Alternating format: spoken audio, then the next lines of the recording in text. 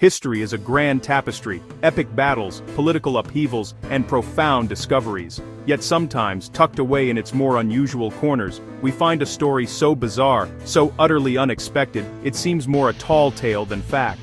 Such is the saga of the Great Emu War.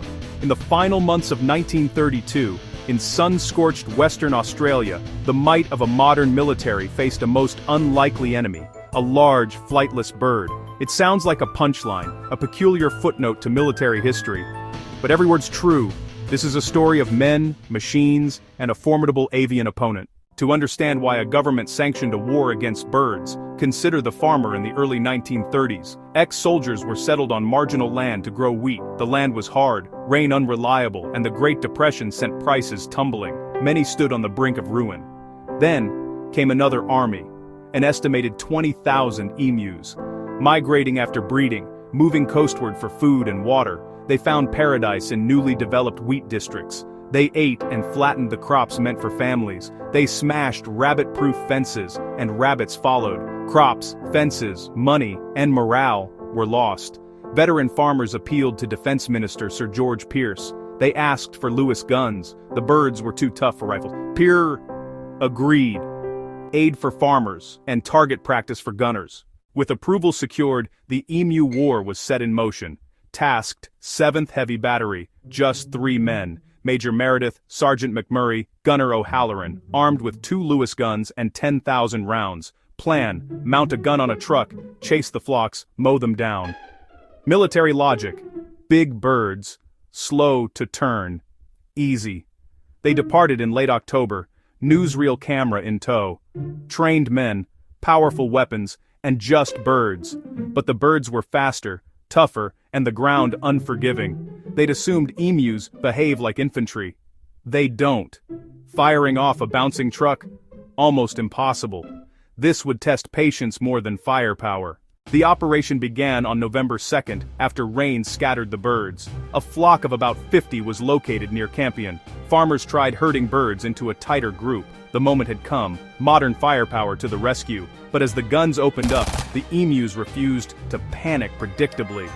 Instead of bunching, they shattered into many small mobs. Shots kicked dust far behind the fleet birds. Only a handful fell.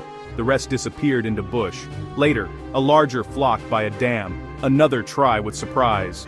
The engine gave them away. The flock burst apart again. After thousands of rounds, kills were disappointingly low, roughly 50 from about 2,500 shots. On November 4th, Meredith shifted tactics, an ambush, concealed by a water source where over 1,000 emus drank. They waited, patience taught, for the perfect moment. Meredith gave the order. The Lewis chattered, initial success, then disaster. The gun jammed after a dozen rounds, a frantic silence as the stoppage was fought. The emus fled and vanished into distance. By the time the gun worked, the field was empty. Out of 1,000, only about a dozen were down. Meredith marveled at their resilience, like tanks. The emus, unmistakably, were winning. By November 8th, after a week of frustration, the army paused. Thousands of rounds, very little to show for it. The first campaign ended with a whimper. Farmers were devastated as the troops withdrew. The emus quickly returned to trampling and feasting. Meredith spoke of their bulletproof quality and guerrilla ways.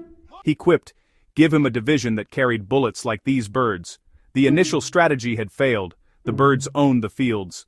Admit defeat, or try again under pressure from the wheat belt. This strange war was not over. Farmers pressed again. Despite ridicule, Pierce authorized a second campaign. On November 13th, Meredith returned to the wheat belt. Smaller, localized actions were planned, more methodical. They engaged smaller mobs, claiming improved results, about 100 emus per week, by their reports. But the birds were still fast, scattered, hard to target. Progress was slow, ammo costs high per bird. In the end, 9,160 rounds fired, 986 emus confirmed, 10 bullets per bird. An extra 2,500 were claimed from wounds, unverifiable. The second offensive ended December 10th. Against 20,000 birds, the impact was negligible. They ran out of ammunition and political will. How did machine guns fail against birds? Not strategy, instinct, speed, up to 30 miles, 50 kilometers per hour. Trucks struggled across rough ground, pursuit failed, dispersal, Big flocks broke into small, disorganized groups. Machine guns hit dozens of tiny, fast targets. Sentinels, leaders, seemed to warn and move the mobs. Resilience, dense feathers and toughness fueled bulletproof tails. Combine these and conventional tactics crumble. The emus didn't need to be smart, they just needed to be emus. While soldiers struggled, the public roared. Emus win battle. Feathered foes too fast for artillery. Cartoonists had a field day. Parliament debated the emu menace with sharp humor. One MP asked if medals would be awarded. Others questioned using troops and taxpayer money. Critics called it mass destruction of native birds. Amusement for many. Embarrassment for the army. The emu as victorious guerrilla entered folklore. After December 1932, the army withdrew for good, nearly 10,000 rounds for under 1,000 emus. The emu population remained, damage persisted. The government pivoted to bounties, local rifles, local knowledge, patient methods, better suited to the land and the birds. In 1934, over 57,000 bounties were claimed. Combined with sturdier fences, the crisis eased. Not eradication, management, common sense over artillery. The Great Emu War remains a peculiar, amusing anecdote, retold until it became national folklore. It mixes humor, humility, and surprising wisdom. It warns against sledgehammers for small, specific problems. Appropriate solutions beat raw firepower. Emus weren't malicious. They followed instinct in a changed land. Australia chose to laugh rather than hide from it. A living reminder. Speed, instinct, and rule-breaking can rout strategy. Duration. Nov 2 Dec 10, 1932. Rounds. 10,000. Emus killed, 986. Emus remaining, 19,000 plus. Final score, Australia 0. Emus 20,000.